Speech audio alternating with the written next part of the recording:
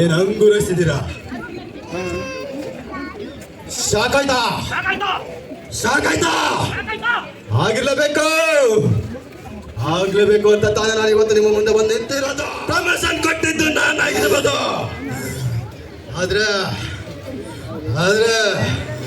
ಇದೇ ಜನಗಳ ಮಧ್ಯದಲ್ಲಿ ಪ್ಲಾಸ್ಟಿಕ್ ನೀನು ಏನ್ ಮಾಡ್ತೀರಾ? ಇದು ನನ್ನ ಭೂಮಿ, ಇದು ನನ್ನ ಏರಿಯಾ. ಏನ್ ಪಕ್ಕದಲ್ಲಿ ಬಜಾಗ್ತಿದೀಯ? ಏನ್ ಮಾಡ್ತೀರಾ? ನಾನು ಇವತ್ತು ರಾಗಿ ಕಣದಲ್ಲಿ ಗುಡಿಗಿದ್ರೆ ಕಸದ ಪರ್ವತನ ಅಪ್ಪರಿಸುತ್ತಾನೆ. ಕೈ ಎತ್ತಿ ತಡ್ದ ಅಂದ್ರೆ ಅತ್ತಳ ಪಿತ್ತಳ ಪಾತಾಳರಲ್ಲೂ ಕಣದರಲ್ಲೂ ಎಲ್ಲಂದ್ರೆ ನಾನೇ ಬರ್ತಿದ್ದೀನಿ ಕಣ್ಣ. ನಾನೇ ಬರ್ತಿದ್ದೇನೆ. ಇದು ಪ್ಲಾಸ್ಟಿಕ್ ಕಸರ ಸಾಮ್ರಾಜ್ಯ ಕಣ್ಣ. ಈ ಸಾಮ್ರಾಜ್ಯ ನಾನು ಎಲ್ಲಿಂದ ಬಂದ ಅನ್ಕೊಂಡೆ?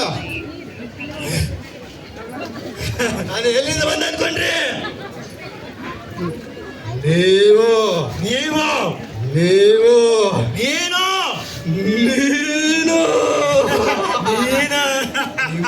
ಅನುಕೂಲಕ್ಕೋಸ್ಕರ ನನ್ನನ್ನು ಹುಟ್ಟಾಕ್ಸಿದ್ದೀರಾ. ಹುಟ್ಟಿಸಿದಲ್ದೆ ಪ್ಲಾಸ್ಟಿಕ್ ಹಸುರನಾಗಿ ಮಾಡಿದ್ದು ಬೇರೆ ಯಾರಲ್ಲ ಕಣ್ರ, ಬೇರೆ ಯಾರು ಅಲ್ಲ, ಅದು ನೀವು.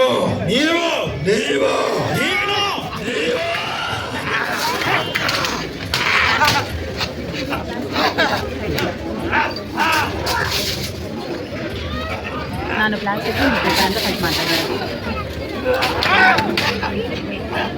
ನಾವು ಮಣ್ಣಿನಿಂದನೇ ಬಂದಿರೋ ನಾಳೆ ಮಣ್ಣಲ್ಲೇ ಹೋಗೋದು. ಈ ಮಣ್ಣಿಗೆ ಈ ಪ್ಲಾಸ್ಟಿಕ್ ಅನ್ನೋ ವಿಷನ ನಾವು ಬೆರೆಸ್ತಾನೇ ಇದ್ದೀವಿ. ಈ ಮಣ್ಣಿಗೆ ಪ್ಲಾಸ್ಟಿಕ್ ಅನ್ನೋ ವಿಷಾನ ಬೆರೆಸೋದು ಶ್ರೇಷ್ಠನಾ ಅಥವಾ ಈ ಕಂಪೋಸ್ಟ್ ಅನ್ನ ಬೆರೆಸೋದು ಶ್ರೇಷ್ಠನ?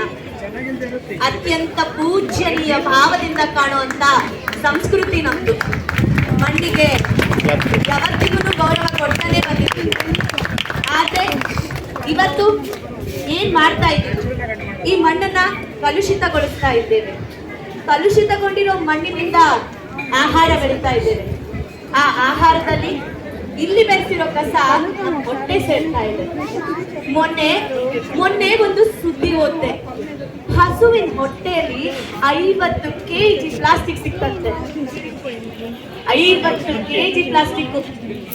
ಹಸು ನಮ್ಗೆ ಗೋಮಾತ, ಆದ್ರೆ ನಾವು ಬಿಸಾಡೋ ಕಸ ಅದ್ರ ಹೊಟ್ಟೆಗೆ ಅದ್ರ ಹೊಟ್ಟೆಗಷ್ಟೇ ಅಲ್ಲ, ಮಣ್ಣಿಗೆ ಸೇರಿ ಮಣ್ಣಿಂದ ನಮ್ಮ ಹೊಟ್ಟೆನೂ ಸೇರ್ತಾ ಇದೆ.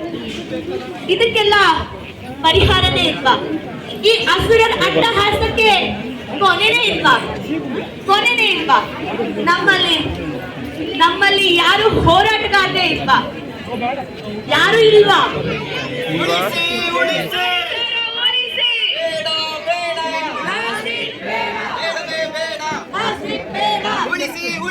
ಪರಿಸರ ಉಳಿಸಿ ಉಳಿಸಿ ಉಳಿಸಿ ಪರಿಸರ ಉಳಿಸಿ ಬೇಡ ಬೇಡ ಪ್ಲಾಸ್ಟಿಕ್ ಬೇಡ ಬೇಡ ಬೇಡ ಪ್ಲಾಸ್ಟಿಕ್ ಬೇಡ ಉಳಿಸಿ ಉಳಿಸಿ ಪರಿಸರ ಉಳಿಸಿ ಬೇಡ ಬೇಡ ಪ್ಲಾಸ್ಟಿಕ್ ಬೇಡ ಬೇಡವೇ ಬೇಡ ಪ್ಲಾಸ್ಟಿಕ್ ಬೇಡ ಉಳಿಸಿ ಉಳಿಸಿ ಪರಿಸರ ಉಳಿಸಿ ಉಳಿಸಿ ಉಳಿಸಿ ಪರಿಸರ ಉಳಿಸಿ ಉಳಿಸಿ ಉಳಿಸಿ ಪರಿಸರ ಉಳಿಸಿ ಬೇಡವೇ ಬೇಡ ಪ್ಲಾಸ್ಟಿಕ್ ಬೇಡ ಬೇಡವೇ ಬೇಡ ಪ್ಲಾಸ್ಟಿಕ್ ಬೇಡ. ಹೌದು, ಪ್ಲಾಸ್ಟಿಕ್ ಬೇಡ.